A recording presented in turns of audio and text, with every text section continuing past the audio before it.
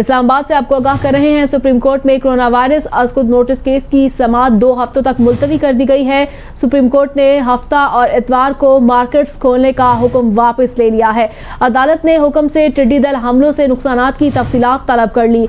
नुकसान के नतीजे में बाहर से फूड्स मंगवाने पर कितने अखराजात आ सकेंगे, जस्टिस एजाजुल एहसन की जानिब से कहा गया।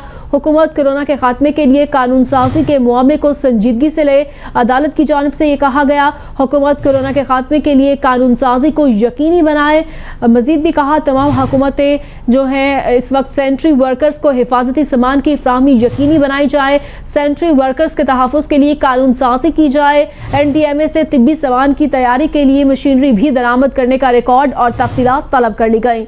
जबकि तुर्की से टिड्डी दल स्प्रे के लिए जहाज पर जो है जहाज लीज पर लेने का रिकॉर्ड भी तलब कर लिया गया है। जो सामान मंगवाया गया उसकी दस्तावेजात रिकॉर्ड पर क्यों नहीं है। चीफ जस्टिस की जानिब से ये कहा गया, सूबों का काम भी जो है वो हम करवाएंगे। उन्होंने मजीद कहा कि सूबों का ऑडिट भी अब हम करवाएंगे। सखर में खड़े जहाज को किसी ने बांध कर भी, इस हवाले से उन्होंने मजीद भी कहा कि हुकूमत टिड्डी दल से लड़ने में संजीदा दिखाई नहीं दे रही है। जस्टिस मुज़ाहिर अली अकबर की जानिब से ये रिमार्क्स दिए गए हैं, क्या पाकिस्तान में पायलट्स की कमी है।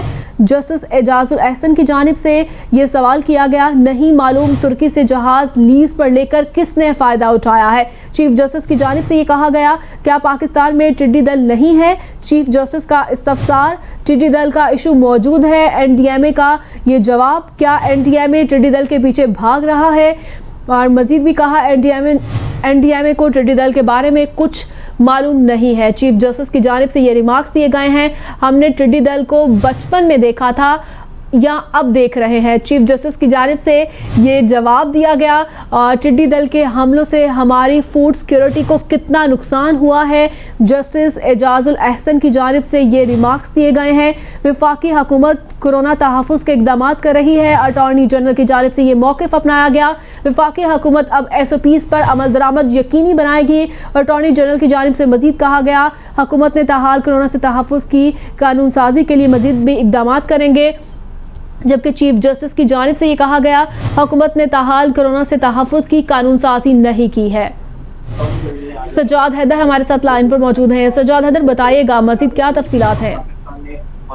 जी बिल्कुल, आज सुप्रीम कोर्ट में कोरोना से मुताल्लिक केस की समाअत हुई। आज अटॉर्नी जनरल अदालत में पेश हुए। उनका कहना था कि जो ये कोरोना की वबा है, इसके ऊपर हुकूमत की जानिब से अभी किसी किस्म की कोई पॉलिसी नहीं है। मैं यही कहूँगा कि हुकूमत इस हवाले से पॉलिसी साजी करे। जबकि चीफ जस्टिस का कहना था कि हम भी कोरोना वायरस की हिद्दत को महसूस कर रहे हैं, डॉक्टरों को हिफाजती सामान हर हाल में दस्तियाब होना चाहिए। इसके अलावा जो मुज़ाहिर अली नकवी जो जज थे, उनका कहना था कि कानून साजी करना वफाकी हुकूमत के हक में है। खुदा न खासा हिफाजती सामान न होने से कोई नुकसान नहीं हुआ और अगर हो गया तो तलाफी नहीं होगी। जस्टिस एजाजुल एहसन का मजीद कहना था कि वर्कर की हिलाकत पर वजीर आला जाकर मुआवजे का ऐलान कर देते हैं। अदालत ऐसी चीजों की सिर्फ निशानदेही कर सकती है। कानून साजी के अमली इक़दाम हों तो हालात हुकूमत के बस में होंगे।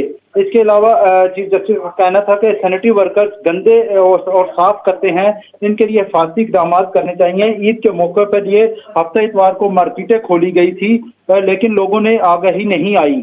इसके अलावा जब दूसरा मामला NDMA के हवाले से आज अदालत में पेश आया तो चीफ जस्टिस का ये कहना था कि NDMA मर्जी से नहीं, कानून से काम होना चाहिए।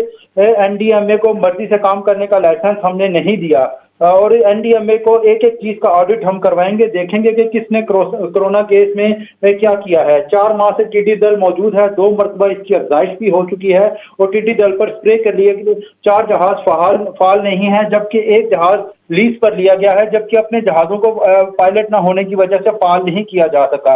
इसके अलावा आज अदालत ने केस की जो समाअत थी वो 2 हफ्तों के लिए मुलतवी कर दी है और NDMA से टिड्डी दल और कोरोना के हवाले से रिपोर्ट तलब करनी है। जी हैदर, बहुत शुक्रिया आपका।